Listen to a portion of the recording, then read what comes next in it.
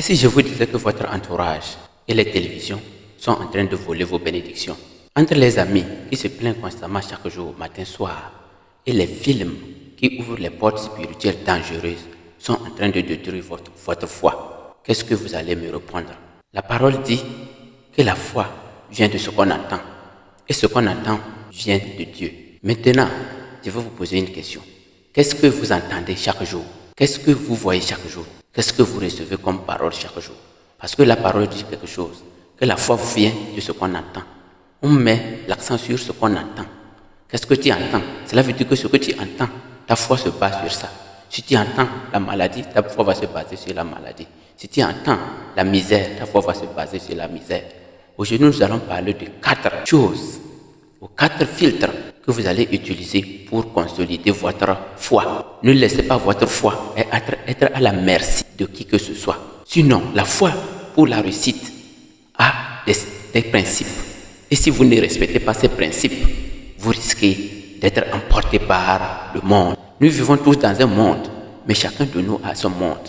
Parce que quand vous prenez les uns et les autres, nous n'avons pas les mêmes conceptions, nous n'avons pas les mêmes rêves, nous n'avons pas les mêmes pensées. Donc voilà la raison pour laquelle chacun de nous a son monde. Si vous vous retrouvez dans le monde de ceux qui réussissent, vous allez réussir. Si vous vous retrouvez dans le monde de ceux qui sont courageux, vous serez courageux. Si vous vous retrouvez dans le monde de ceux qui doutent, vous serez en train de douter. C'est pourquoi aujourd'hui, je vais vous donner 4 filtres que vous allez prendre conscience de les filtrer vous-même pour pouvoir consolider votre foi. La foi, c'est comme un bébé qui vient de naître. Un bébé qui naît, on le met à l'abri de tout danger. Le chaud, le froid, les intempéries, les chocs, tout ça, là, il faut le protéger afin que quand il sera grand, qu'il puisse résister à ces intempéries. Comme moi, par exemple, que vous voyez, vous, par exemple, quand vous avez été bébé, on ne vous a pas laissé à la merci de la poussière. On vous protégeait, on vous lavait avec de l'eau chaude. C'était pourquoi? Pour renforcer vos os, afin que vous soyez en mesure d'affronter les réalités de la vie. Difficultés, le froid, le chaud.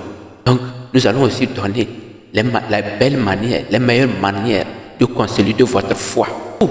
En étant dans un monde rempli de négativité, d'erreurs qui ont été utilisées comme vraies. Ces 4 piliers sont 1. Le pilier social. Le pilier social, c'est le pilier le plus dangereux. Vous allez vous entourer souvent des gens qui parlent constamment de misère, de difficultés dans le pays, de pauvreté. Donc ces amis, vous devez catégoriquement éviter cet entourage. Les amis qui parlent constamment de pauvreté, vous n'avez pas le droit de rester dans ces endroits. Quand vous restez dans ces endroits, vous serez emporté par leurs paroles et vous n'aurez pas envie d'exceller dans tout ce que vous faites. Et vous allez associer leurs paroles de manque, de politique non légale. Vous allez associer ça à votre foi et vous allez croire à ce qu'ils disent. Et cela va détruire votre foi. Donc, débarrassez-vous de ces amis. Pilier 2, les piliers médiatiques. Quand je parle de médiatique, je vais parler des réseaux sociaux, de la télévision, des journaux. Ce sont les canaux par lesquels nous détruisons notre foi. Des gens qui lèvent leur argent pour aller acheter des choses comme télévision, comme téléphone, pour pourrir leur vie. Comment est-ce que vous pouvez comprendre ça? Ces réseaux sociaux, certains, ou bien ces médias, la télévision, les journaux, font l'apologie de la pauvreté, de la misère, des guerres, des famines, de la disette. Et quand vous regardez à la télévision, chaque jour vous les verrez. Ils font les défilés, ils font défiler ces images comme ça.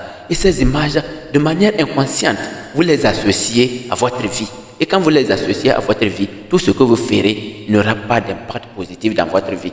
Vous allez croire de manière inconsciente que votre réalité est en train de se passer, votre réalité est ce qui se passe directement à la télévision, à la radio, ou comme on appelle sur les réseaux sociaux. Donc c'est à vous de savoir regarder vos télévisions. C'est vous qui avez la commande entre vos mains. C'est vous qui allez commander, allez là-haut. On va vous donner des informations qui vont vous permettre d'exceller, de persévérer. Donc ne l'allumez plus pour voir ces hommes, des milliers de personnes se déplacer. Donc, comme on appelle les journalistes qui s'appuient parce que tel pays est pauvre, parce que tel pays est pauvre. Tout ça c'est ceci là, tout ça c'est ceci là. Et de manière inconsciente, vous allez croire aussi que vous vivez dans un pays pauvre. Dire qu'un pays est pauvre, c'est insulter Dieu. C'est dire que le créateur de l'univers a été injuste en créant un endroit riche et l'autre endroit pauvre. Si on revient aujourd'hui, dans les années 2000, si je reviens un peu dans les années 2000, si on vous disait un jour que les jeunes, par exemple de Dapan ici, pouvaient se déplacer, aller vers le Mali, vers la Guinée, sous forme d'aventure, à la recherche de l'argent, à la recherche des vies confortables, est-ce que vous allez me croire? Vous allez dire qu'aller au Mali dans un pays désertique pour chercher quoi? Dites-moi quoi? Si un prophète avait dit ça, on aurait pu l'assassiner. Mais aujourd'hui, ce n'est pas ce qui se passe. C'est ce qui se passe. Donc cela veut dire que c'est possible, tout est possible sur cette terre. On se croyait que pour aller rester dans les plantations d'EVA, de café, cacao, voilà le paradis. Mais aujourd'hui, la donne a changé. C'est pourquoi vous n'allez plus croire à ces réseaux sociaux qui vous donnent des choses, ou bien ces médias qui vous donnent des choses non fondées. Il n'y a même pas un seul pays pauvre sur cette terre. C'est l'ensemble d'une population donnée, pauvre dans l'esprit, pauvre dans le mental, qui vit dans un lieu donné. On appelle ce lieu pauvre. Pilier numéro 3, le pilier spirituel. Le pilier spirituel sur lequel nous voulons parler, ce sont des films, disons spirituels ou bien non fondés, qui vous prêchent ou bien vous font défiler des images sataniques, des images non fondées qui vous rendent peur de la prospérité. En ce moment, vous avez peur de la prospérité. Ils montrent le côté négatif de la richesse. Vous allez voir que les gens font des sacrifices pour pouvoir s'enrichir.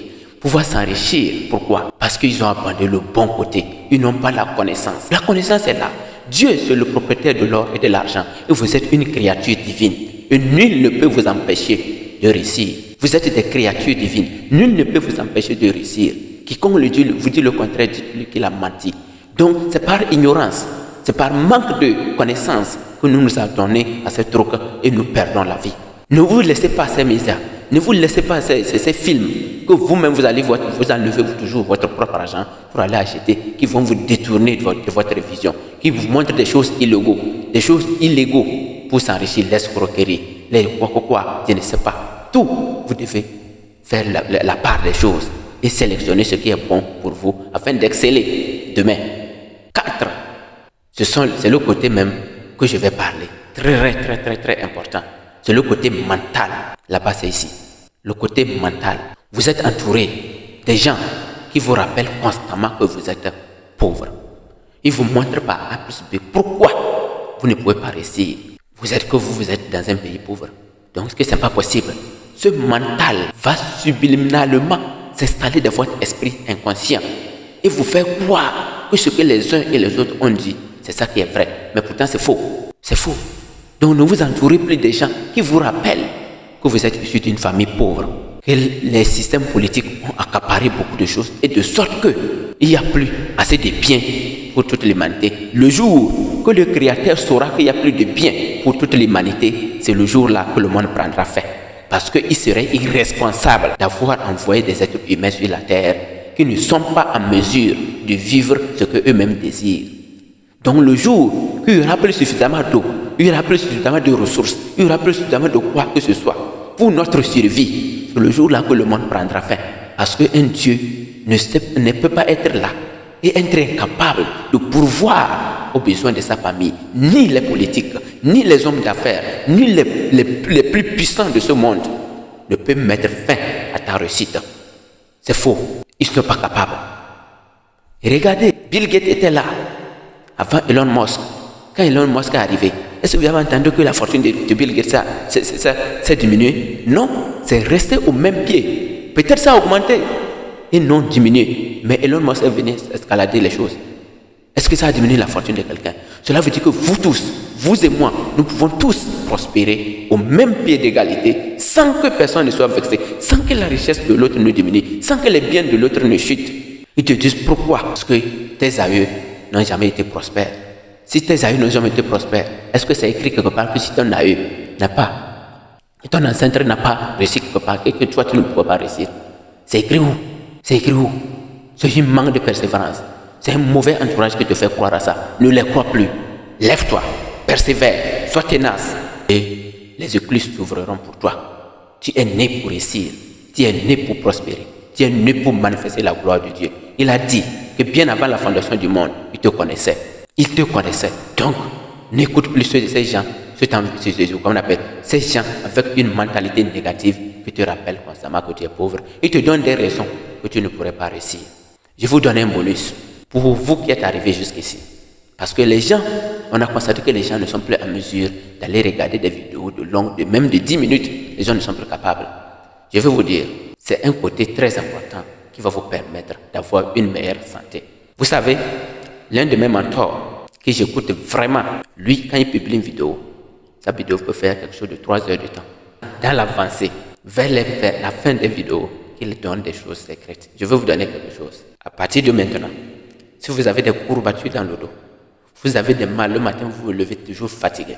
Sans rien faire, vous vous levez toujours fatigué. Il y a quelque chose qui ne va pas. Regardez la position de votre lit. Regardez la position de votre lit. La tête doit toujours se retrouver vers le nord ou bien vers l'est. Si vous dormez avec la tête vers l'ouest ou vers le sud, c'est raisonnable que vous ayez toujours des courbatures. Donc à partir de maintenant, positionnez la tête vers le nord ou vers l'est et cela va disparaître. Le Christ a dit, avant que le Christ ne le dise, Thomas était avec lui. Quand il est ressuscité, Thomas a dit que s'il n'a pas mis sa main là où on avait piqué et que le sang est sorti dans le creux là, lui ne va pas croire que c'est le Christ. Et le Christ a dit, Thomas, viens, mets ta main et mets ici. Il a mis. Et maintenant il a demandé si tu as cru. Il dit oui. Maintenant j'ai cru. Et il a dit quoi à la fin? Heureux ceux qui ont cru, mais qui n'ont pas vu. Heureux ceux qui appliqueront ce que je viens de dire et qui n'ont pas vu. La santé serait votre. Merci. Que toutes les forces bienveillantes de l'univers vous accordent la santé, le bonheur, la richesse, l'abondance, l'énergie, la vitalité et toutes les grâces possibles dans tous les différents aspects de votre vie. Merci.